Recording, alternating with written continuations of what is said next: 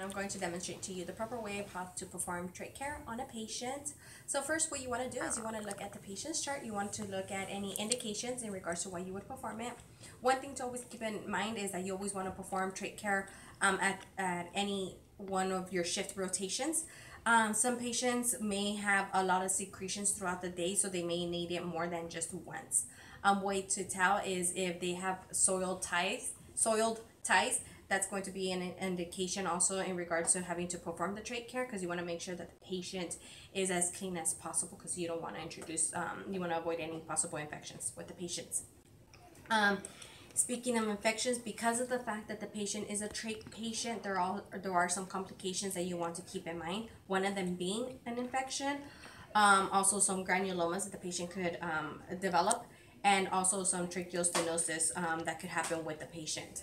Upon doing the trach care, the cleaning, you want to be very considerate of the trach with the patient. You want to make sure you don't move it too much, for it could cause irritation on the patient. You also want to look at the stoma of the patient, where the trach is at, to see if there's any redness or irritation that could possibly be an indication that the patient may have an infection. Okay, now there's no actual complications, or should I say hazards, contraindications with the patients, but those are things that just to keep in mind. So before going into the room, you want to go ahead and gather your equipment. You want to make sure that you have a pair of gloves, your trach care set, your manometer.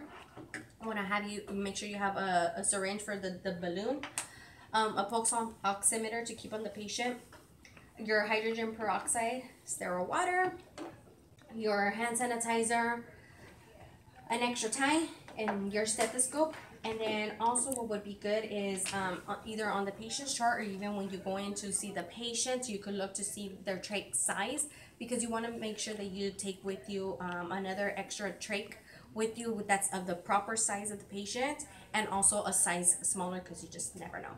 Okay, so I'm just going to go ahead and clean my hands, apply 3 mLs of hand sanitizer, and then go into the patient's room. Knock, knock, knock. Hi, my name is Mickey. I'm a respiratory care therapist. I'm here because I'm going to go ahead and clean your trach. First, I'm going to go ahead and identify the patient. I'm just going to use the wristband to identify the patient, or also if the patient, because of the fact that the patient is on a trach, sometimes some of them could talk. If the patient could talk, then they probably have a fenestrated trach, which allows them to speak, or they may need, they could have a Passimier valve. So if they were to use a Passimier valve, you want to make sure that you deflate the balloon before applying the Passimier valve to allow them to speak. Also, what you could do is you could go ahead and have a whiteboard with you, or a paper and a pen, so the patient could go ahead and write to you, and you could just communicate that way with the patient. Okay, so again, I'm going to go ahead and do your clean your trach. Before I do, I'm going to go ahead, and if it's okay with you, I'm just going to make some adjustments to the bed, because you want to keep your own safety, as in mind. Also, I'm going to make some adjustments to the bed, and so what I'm going to do is I'm just going to go ahead and put the rail down. Always remember to put it back up before leaving the room. And then I'm going to assess the room. I'm going to go ahead and make sure that I have my obturator right here. And what that's used for is in case the trach is decannulated. This is a device that go ahead, it allows you to guide your way back in, to guide the trach back into the patient for proper placement. You also want to make sure that all the lines are intact with the patient, and you want to make sure that you have a bag and a mask inside every room. It's very, very important, and you want to make sure not only that you have a bag, but that it's a properly functioning bag. And the way to do it is you just go ahead and squeeze it. You want to make sure that the duct valves open and close. You want to squeeze the bag, occlude it, make sure it inflates back up. Keep it occluded, and then just go ahead and try to deflate. As long as it does not deflate, then you have a proper functioning bag handy with you. Okay, so I'm going to go ahead and obtain the patient's vitals.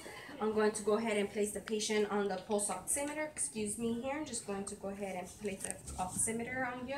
And it's always good to keep the pulse oximeter on the patient because if the patient were to be a hemodynamic patient, for example, have an increased heart rate or blood pressure, it's a good way to continue to monitor the patient while doing the trach cleaning. I'm going to go ahead and look at the patient's appearance and then again look at the stoma. I'm going to check their pulse, look at their respiratory rate, and I'm also going to listen to their breath sounds. So excuse me here, it's okay with you. I'm just going to listen to your breath sounds. If it's okay, I'm just going to go ahead and check underneath the gown. So I'm going to detach and open your gown up a little bit just to listen to your lungs. And so they said yes. I'm going to go ahead and detach. Okay, warm up my stethoscope, and I'm just going to, in a systematic motion, listen to my breath sound starting at the base of the lungs and then work your way across. Okay, listen to the breath sounds, take a deep breath in and out. Okay, and then right there. Okay, perfect, thank you. You want to go ahead and put this back on. Okay, you're doing okay so far. Now I will let you know that upon cleaning your trach, I am going to be a little bit in your personal space.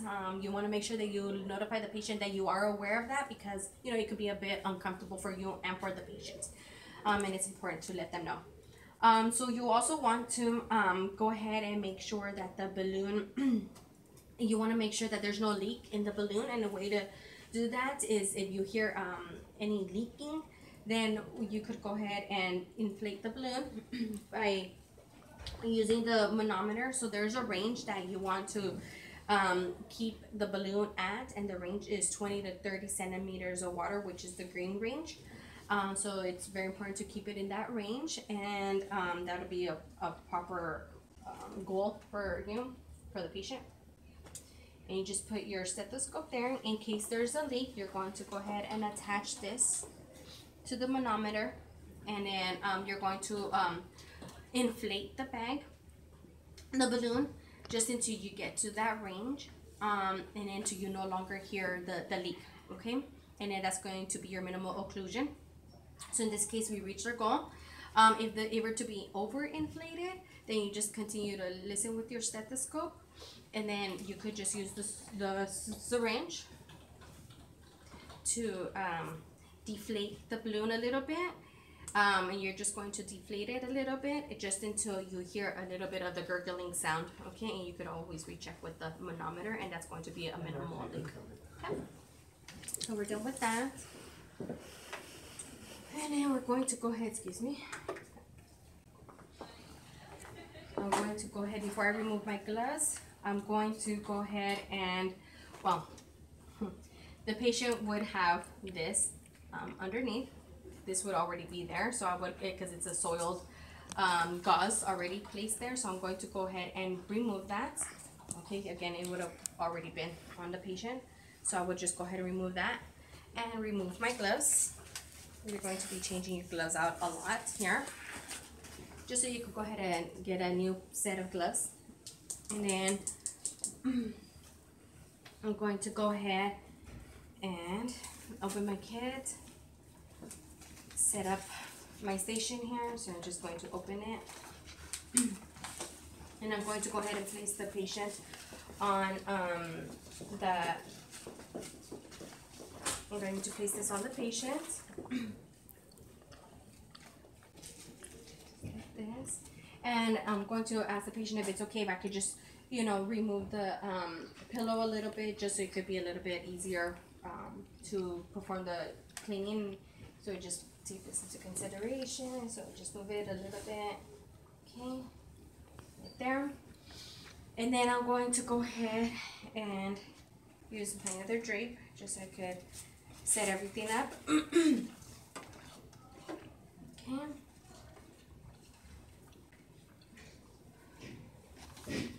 So you're going to have some gauze. It's always good to have extra gauze and extra Q-tips in here.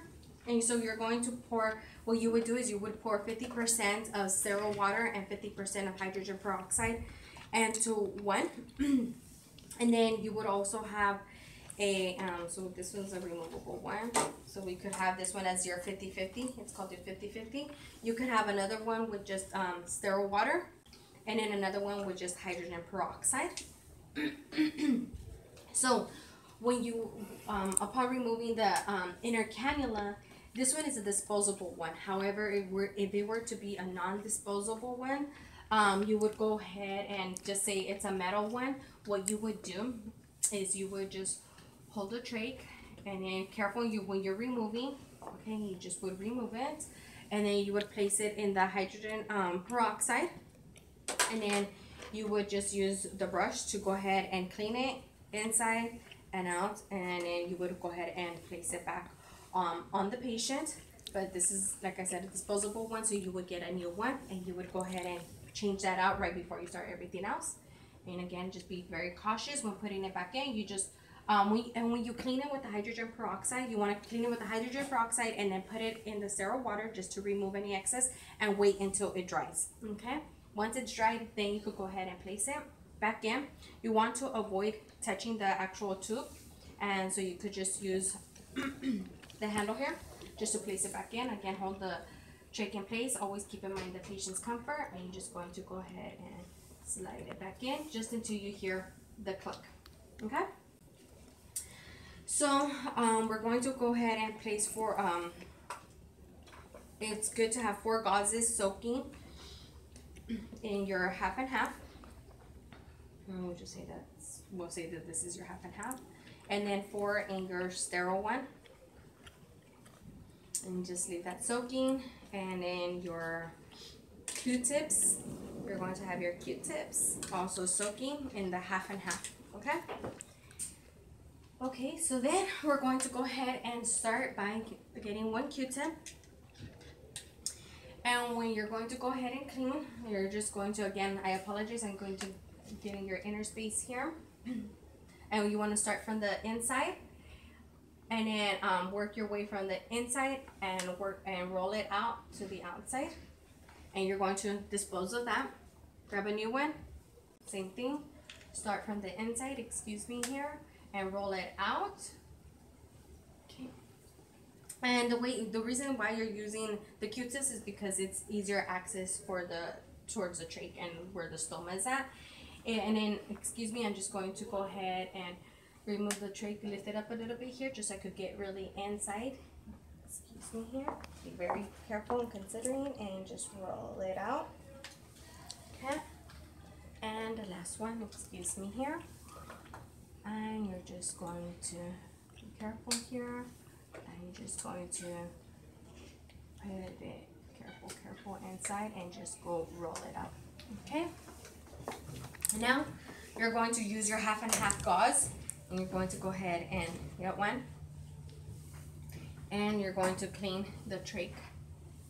Excuse me, I'm just going to, and you're going to, again, from the inside out, dispose of that. Get another gauze, and excuse me here, I'm going to go ahead and clean inside out.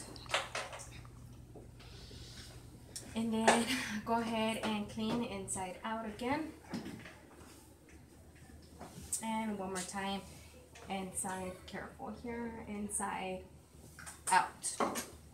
Now, one thing I did forget to mention prior to performing the cleaning and everything is you also want to make sure that the patient, ask the patient they need any oral suctioning, and you could go ahead and perform any oral suctioning prior to you start the cleaning. Okay, so now I went ahead and cleaned. I used that. And now I'm going to use the sterile gauzes just to go ahead and clean the same thing in out. So excuse me, I'm just going to clean in out, dispose of that. And again, from the inside out, being careful here, inside out. Again, get inside out, and inside. Oops. So inside out. Okay. So we went ahead and cleaned that. And then prior to using the sterile, when I took it out of the sterile, you just want to make sure that you rinse it out a little bit, squeeze out the extra solution a little bit. Okay, so now I'm going to go ahead and place the new gauze on the patient. And so what you could do is actually you could use the tip end of the Q-tip just to help place it back into place. Okay, just to help put it back in. Okay. Sorry, you might feel some discomfort here. Let me just help.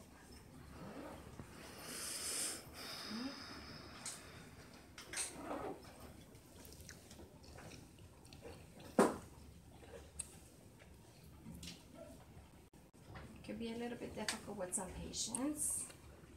Okay, and you have that, and then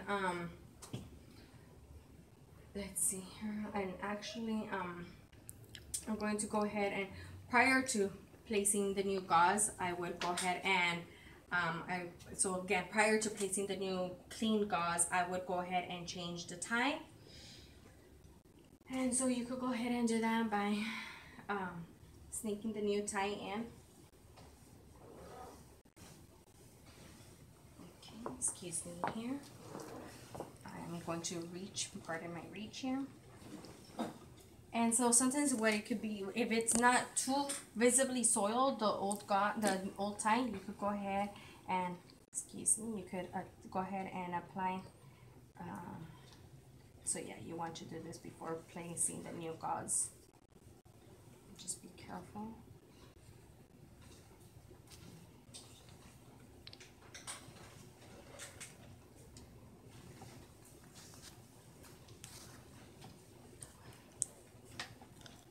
Okay. And just so you could help secure. And then I'm just going to detach the old one.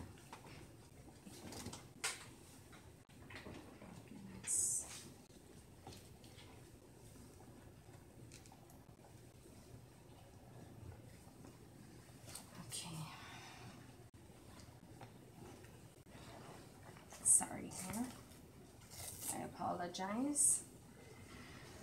Okay, removing the old one here.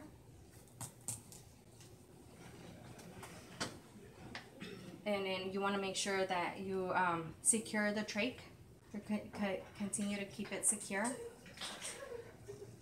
Okay, and again, secure the trach, hold on to the trach. You don't want to remove it. Remove that, place,